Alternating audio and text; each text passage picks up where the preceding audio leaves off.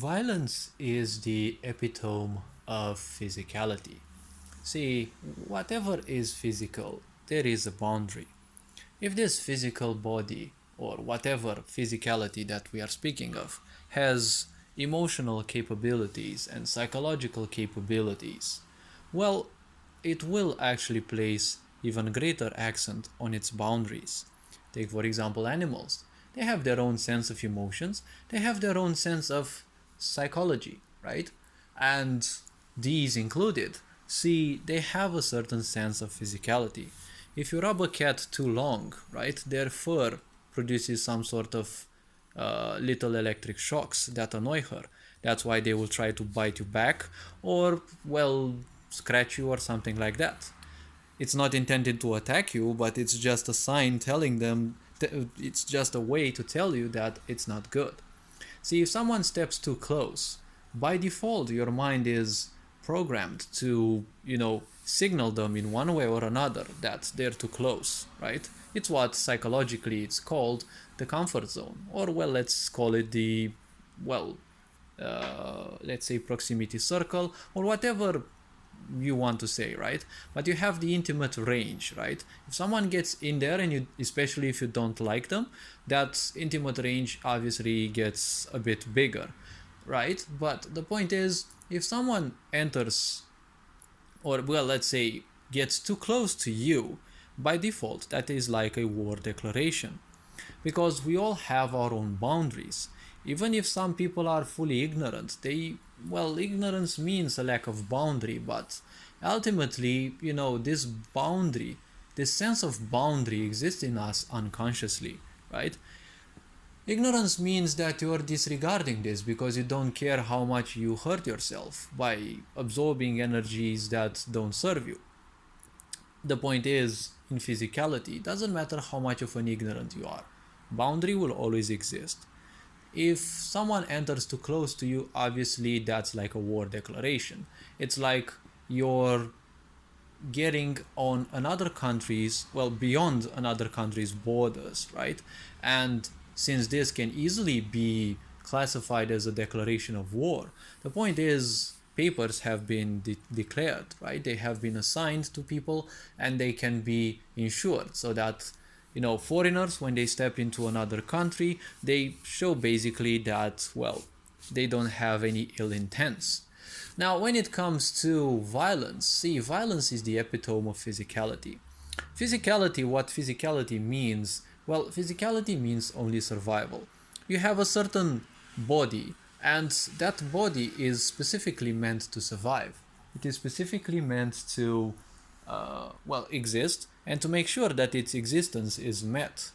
See, you don't need to handle any of the processes that go on into your body, so you can freely handle everything that you're interested in doing.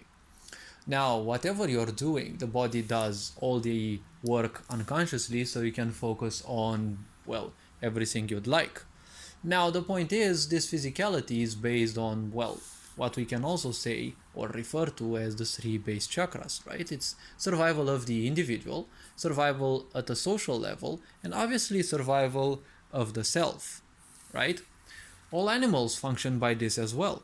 If you look at dogs or any other animal, right, especially if they are social, right, they are interested in social survival, right? Even animals who are solitary by nature, they will have social survival because they will mate sooner or later, and that is a social aspect, right?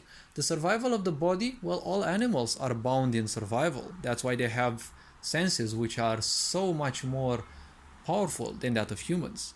When it comes to survival of the self, all animals also live in the such because animals are fully entrenched in their physical body, right? They are fully identified with their body, and everything that happens to their body, well, it's all that can be. It's the same thing with us humans, right? Everything that happens to our body is that it's all that can be, right? Because ultimately we live in this physical body.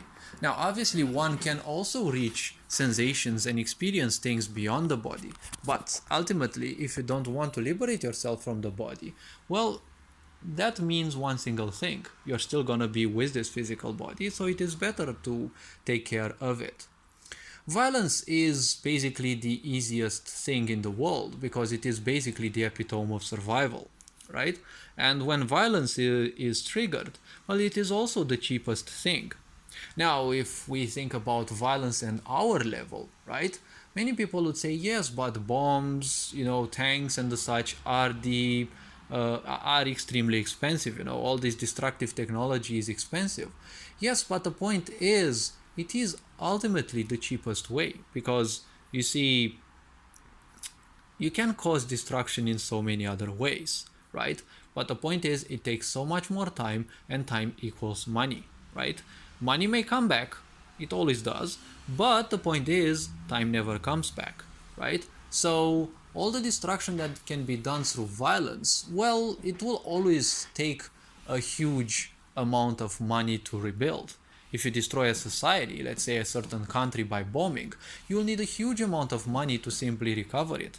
But the problem is, it is still the easiest thing.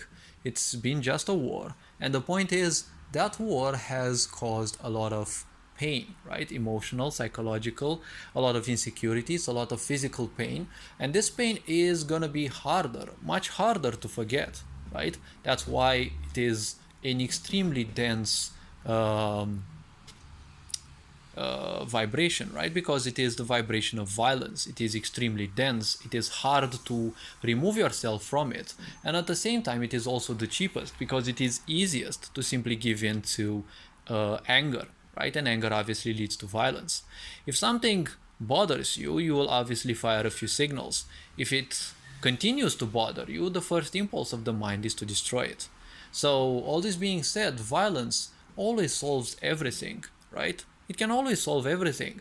But the point is, it will always be the cheapest way, right? Not financially speaking, right? It is the easiest way. It is the easiest thing to simply give in to anger and to violence. Think about history, right? Do you believe in my God? Well, no. Well, that person gets angry and, well, kills anyone who doesn't believe in their own God. If we look at history, things have been like this. You don't believe in something, well, you're basically a pariah. You don't behave like this, well, that's a problem. See, this anger management, it's the easiest, and at the same time, it is the hardest, right? Because it is the easiest to get stuck into it, and obviously, it is the hardest to remove yourself from it because whatever you do leaves an imprint, right? And that imprint is basically called the karma. The more you do something, the better you become at it. The more you give in to anger, the harder it is to release yourself from it. Because again, anger is survival, right? Survival is the most important thing to the body, and also it is the lowest vibration, right? It is the densest vibration, just like fear, right? Fear and anger are very dense. That's why they are very hard to escape from.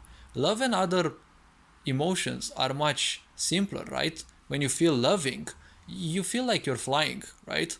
And it's easy to shake out of it and snap back into anger, right? Because anger is like an anchor, right? It's pulling you down.